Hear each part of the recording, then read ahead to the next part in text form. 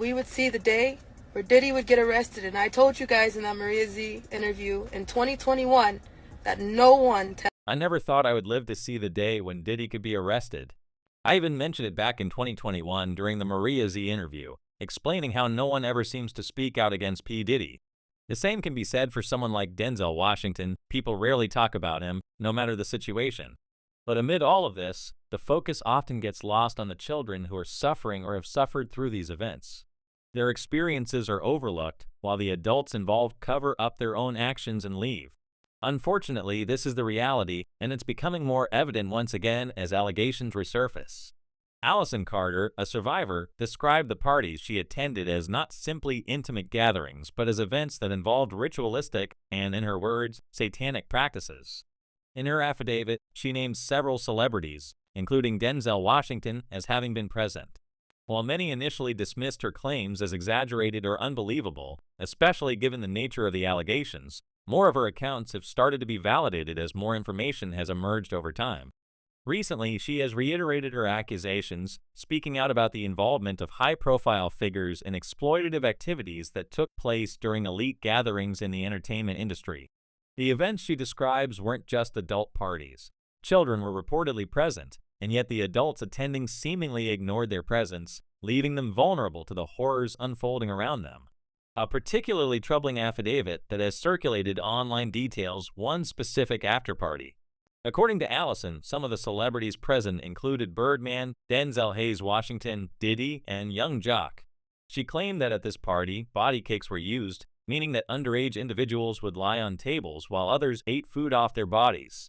Once the guests were inside, the DJ would start the music and lights, signaling that the ritualistic activities could commence. Allison described being set up as a party favor, meaning she was placed on a table for others to choose from for exploitative purposes. After being used by one guest, she would be returned to the table for someone else to repeat the process. She wrote that she lost count of how many people were involved, highlighting the sheer scale and horror of the situation. The parties themselves were described as having multiple areas for different activities. Certain rooms would cater to specific fetishes or acts, and the atmosphere reportedly turned chaotic and frenzied once the music and lights signaled the start of the events. She detailed witnessing acts with animals, involvement in red fluid fetishes, and other deeply disturbing behaviors.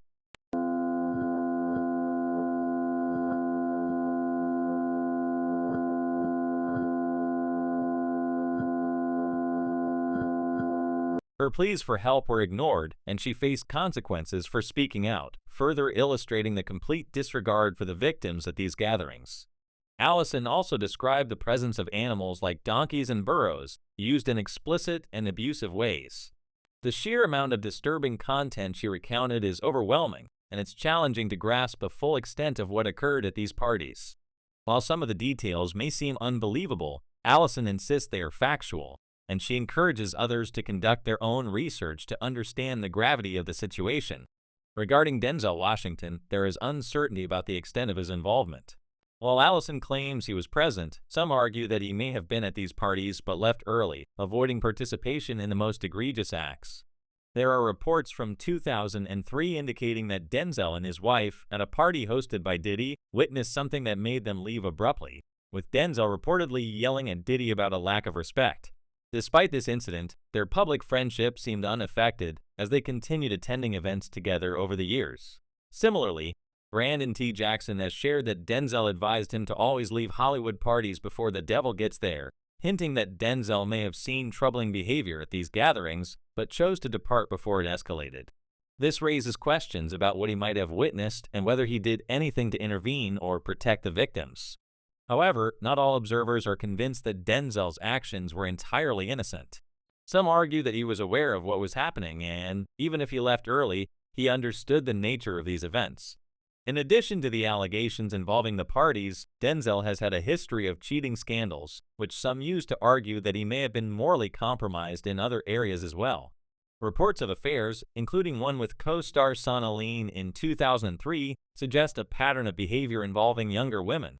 There were also rumors of pregnancies and relationships with other women, indicating a lifestyle that some critics find consistent with the environment Allison described at these parties. In 2013, another cheating scandal involving Denzel surfaced, including photos that reportedly showed him in intimate situations with a young woman, causing his wife to move to New York while he remained in Los Angeles. Although he managed to navigate these controversies without public fallout, these incidents add to the narrative of questionable behavior surrounding him. Given this context, some believe that Denzel may have been complicit or at least a passive observer during the events Allison described. While it's possible he left before the most horrific activities began, the notion that he could witness abuse and not intervene is deeply troubling. Allison's testimony suggests that these parties were not ordinary celebrity gatherings, but rather carefully orchestrated events with serious exploitation at their core, involving both adults and children. Her detailed accounts of the logistics, the party favors setup, and the specific behaviors of the attendees paint a picture of calculated cruelty. The complexity of this situation lies in distinguishing between verified facts and allegations that may seem far-fetched. Some people view Allison's claims about Denzel as implausible or indicative of mental distress, given the severity and strangeness of the events described. Others argue that her detailed accounts, combined with corroborating incidents like Denzel leaving parties early and advising others to do the same, suggest that she may be telling the truth, at least in part. The lack of concrete evidence makes it difficult to fully ascertain who was involved and to what degree, but the recurring patterns in Allison's statements raise serious concerns about the behavior of influential figures in Hollywood and the entertainment industry. Regardless of the controversy surrounding Denzel, the most important issue remains the children and vulnerable individuals subjected to these events. The adults involved, celebrities, industry figures, and other participants, appear to have prioritized their own secrecy and protection over the well-being of those affected.